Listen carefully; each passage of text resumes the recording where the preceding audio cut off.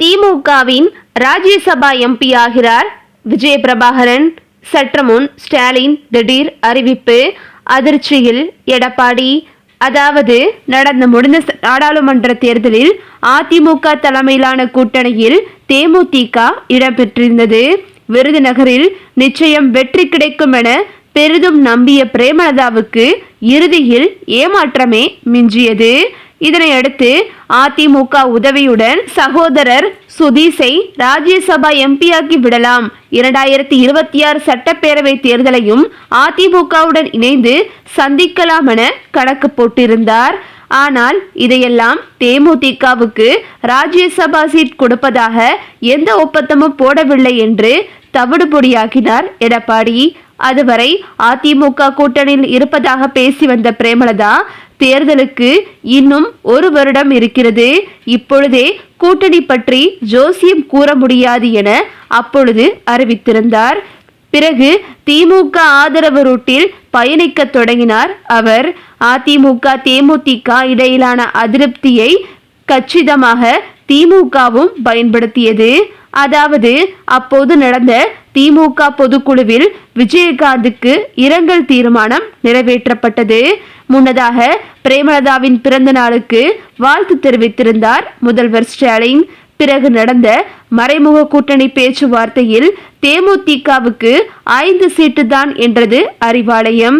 இதில் மீண்டும் கடுப்பானவர் ஆலோசனை கூட்டத்தை நடத்தி கட்சியின் இளைஞரணி செயலாளராக விஜய பிரபாகரன், பொருளாளராக LK சுதீஷ், 234 தொகுதிகளுக்கும் பொறுப்பாளர்கள் நியமனம் என கட்சிக்குள் ஒரு அதிரடி காட்டினார். அதன் ஒரு பகுதியாக தமிழகம் முழுவதும் தற்போது சுற்றுப்பயணம் மேற்கொண்டு வருகிறார். இது ஒரு புறம் இருக்க, தமிழக சட்டமன்ற தேர்தலுக்கு இன்னும் 5 மாதங்களே உள்ள நிலையில் கூட்டணி பேச்சுவார்த்தைகள் சூடுபிடித்துள்ளது. தேமுதிக எந்த பெரிய கட்சியுடன் கூட்டணி அமைக்கும் என்ற எதிர்பார்ப்பு நிலவும் சூழ்நிலையில் அக்கட்சியின் தலைவர் பிரேமலதா விஜயகாந்த் திமுக மற்றும் அதிமுக ஆகிய இரு கட்சிகளிடமும் தனது கோரிக்கைகளை தெரிவித்துள்ளதாக தகவல்கள் வெளியாகியுள்ளது. நாடாளுமன்ற தேர்தலின் போது தேமுதிகவின் வாக்கு சதவீதம் குறைவாக இருந்த போதிலும் அதன் பூத் கமிட்டி அமைப்பு மற்றும் களப்பணி அனுபவம் காரணமாக எந்த கட்சியும் தேமுதிகவின் ஆதரவை தற்போது இழக்க விரும்பவில்லை.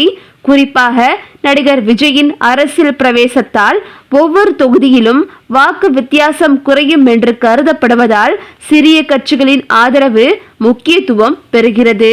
ஒவ்வொரு கூட்டத்திலும் மைக் பிடிக்கும் பிரேமலதா விரைவில் கடலூரில் மக்கள் உரிமை மீட்பு மாநாட்டை நடத்த இருக்கிறோம், அதில்தான் கூட்டணி குறித்து அறிவிக்கப்படும், நாங்கள் மிகவும் வலுவாக இருக்கிறோம், அடுத்த ஆண்டு தமிழகத்தில் கூட்டணி ஆட்சிதான் அமையும் என்று பேசி வருகிறார். இதற்கிடையில் மதுரையில் கடந்த 17ஆம் தேதி நடந்த தேமுதிக வாக்குச்சாவடி முகவர்கள் ஆலோசனை கூட்டத்தில் நடந்த விஷயங்கள் தான் தேமுதிகவை மீண்டும் லைம் லைட்டுக்கு கொண்டு வந்திருக்கிறது.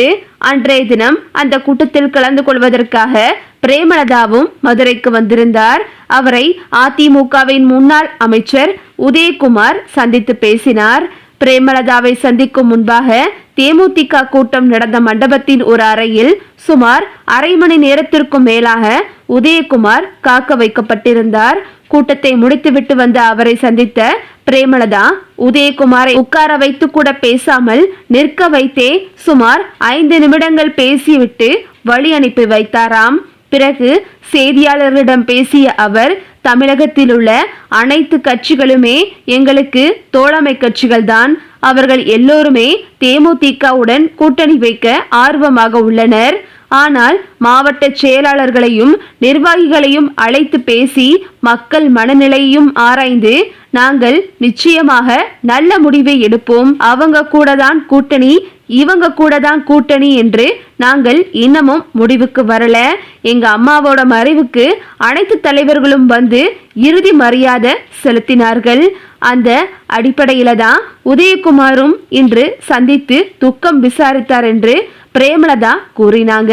ஆனால் இந்த சந்திப்புக்கு முன்னதாக உதயகுமார் பிரேமலதாவை மரியாதை நிமித்தமாக சந்திக்கும்படி EPS தான் தன்னை அனுப்பி வைத்தார் என கூறியிருந்தார். ஆனாலும் பிரேமலதா பிடி கொடுக்கவில்லை.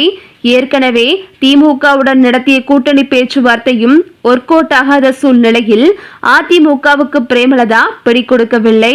இதையடுத்து அவரது திட்டம் என்னதான் என்று விசாரித்த போது தேமுதிக தலைவர் விஜயகாந்த் மறைவால் அனுதாப அலையில் எப்படியும் விஜய பிரபாகரன் வெற்றி பெற்று விடுவார் என பிரேமலதா பெரிதும் நம்பினார்.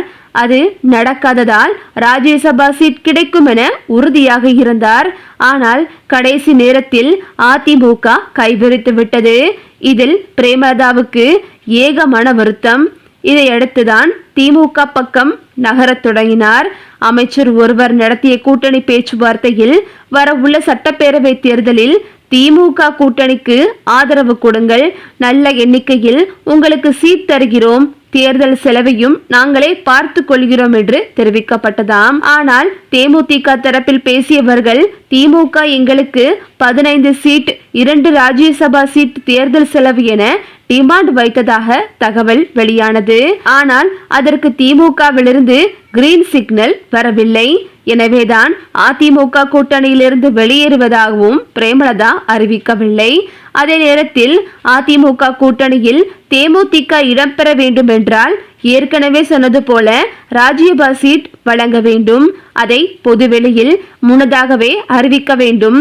கூடவே 20 தொகுதிகள் ஒதுக்க வேண்டுமென தேமுதிக தரப்பில் சொல்லப்பட்டிருக்கிறது.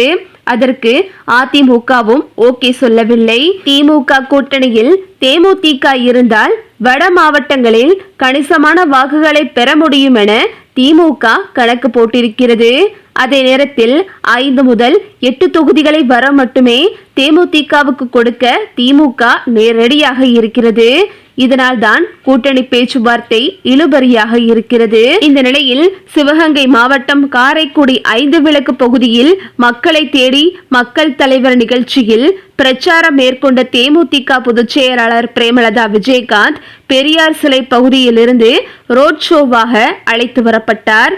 அப்பொழுது பிரச்சாரத்தில் பேசிய பிரேமலதா விஜயகாந்த் பிரேமலதா நிருபர்களிடம் நாங்கள் திமுகவுடன் தான் கூட்டணி அமைக்கப் போகிறோம் என்று நேரடியாக தற்போது தன்னிடம் வந்து கேள்வி எழுப்பிய செய்தியாளர்களிடம் கூறியதாக தகவல்கள் வெளிவந்துள்ளது. முதல்வர் ஸ்டாலின் தற்போது பிரேமலதாவின் அனைத்து கோரிக்கைகளையும் நிறைவேற்றி கொடுப்பதாக தற்போது முதல்வர் ஸ்டாலின் கூறியதாகவும் சொல்லப்படுகிறது. இது தொடர்பாக விஜய பிரபாகரன் மற்றும் பிரேமலதா ஆகிய இருவரும் தற்போது ஸ்டாலினை தொடர்பு கொண்டு பேசியதாகவும் அவர்கள் இருவரும் ஸ்டாலினிடம் சென்று பேச்சுவார்த்தை நடத்தியதாகவும் தகவல்கள் வெளிவந்துள்ளது. அந்த பேச்சுவார்த்தையின் போது தற்போது முதல்வர் ஸ்டாலின் திமுகவின் ராஜ்யசபா எம்பி பதவியை விஜய பிரபாகரனுக்கு கொடுக்க முதல்வர் ஸ்டாலின் முடிவெடுத்திருப்பதாகவும் தகவல்கள் வெளிவந்துள்ளது. இதனால் தற்போது தேமுதிகவினர் கொண்டாட்டத்தில் இருந்து வருகின்றனர். மறுபுறமோ ஏற்கனவே அந்தரத்தில் தொங்கிக் கொண்டிருந்த அதிமுகவிற்கு இது ஒரு மிகப்பெரிய பயத்தை காட்டியுள்ளது. ஏனென்றால் தேமுதிகவை பொறுத்தவரை மிகப்பெரிய கூட்டம் இருக்கிறது என்று அதிமுகவிற்கு தெரிந்த ஒன்றே. அதுவும் திமுகவுடன் இணைந்துவிட்டால் வருகின்ற சட்டமன்ற தேர்தலில் தற்போது திமுக தான் ஆட்சி கட்டிலில் அமர்ந்துவிடும் என்று தற்போது மற்ற எதிர்க்கட்சிகளுக்கு பயத்தை ஏற்படுத்தியுள்ளது. ஓகே விவோஸ், இதை பத்தி நீங்க என்ன நினைக்கிறீங்க அப்படின்னு சொல்லிட்டு உங்களுடைய கருத்துக்களை கமெண்ட்ல தெரிவிங்க. இந்த வீடியோ உங்களுக்கு பிடிச்சிருந்தா லைக் பண்ணுங்க, ஷேர் பண்ணுங்க, மறக்காம நம்ம சேனலை சப்ஸ்கிரைப் பண்ணிக்கங்க. தேங்க்ஸ் ஃபார் வாட்சிங்.